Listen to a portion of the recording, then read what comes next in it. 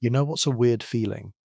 When something good happens to you and your first instinct is to tell someone, and then you pick up your phone and you just stop because you're not sure if you're actually that person to them, the person they want to hear from. So you just put your phone down and sit with it alone. I do that a lot. And it's not that I don't have people. I do. I have friends, people who care about me. But there's this thing I've never really said out loud before. I don't think anyone has ever really chosen me. Like truly chosen me. Not because I was there, not because I was convenient, but because out of everyone, they wanted me specifically. And I know how that sounds, but I think some of you know exactly what I mean, because it's not about being liked. I'm liked. People enjoy having me around. I'm the one who shows up, who remembers things, who checks in, and people appreciate that. They tell me I'm a good friend, and I believe them. But there's a difference between being appreciated and being chosen, and I think I've spent most of my life being the first one and waiting for the second. You know that feeling when you watch two people together and there's just this pull between them, this ease, like they just gravitate toward each other without even thinking about it, like being together is just obvious to them. I've watched that my whole life and wondered what that feels like from the inside, to just be someone's obvious choice. To be the name that comes up first without anyone having to think about it. I've never been that for anyone, and I used to think something was wrong with me.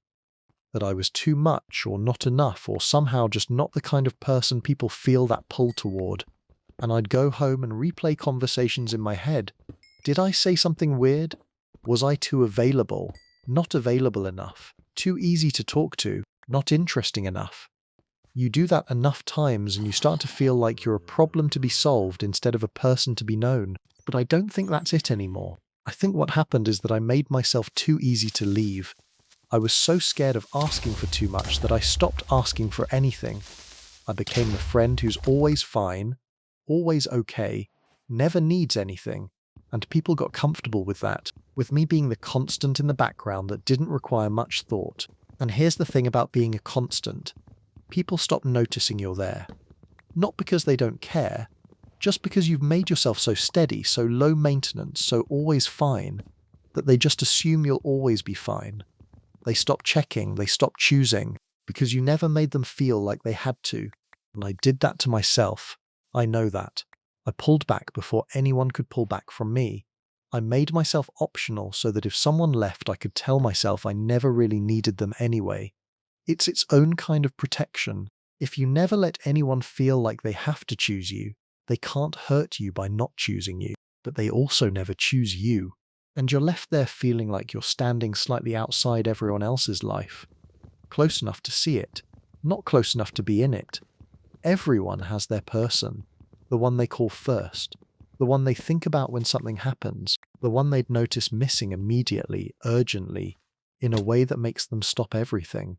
I want to be that for someone, not in a desperate way, not in a I need this to be okay way, just in that honest, human way of wanting to matter to someone specifically. To be chosen not because I was there, but because something about me made someone think, yeah, that one.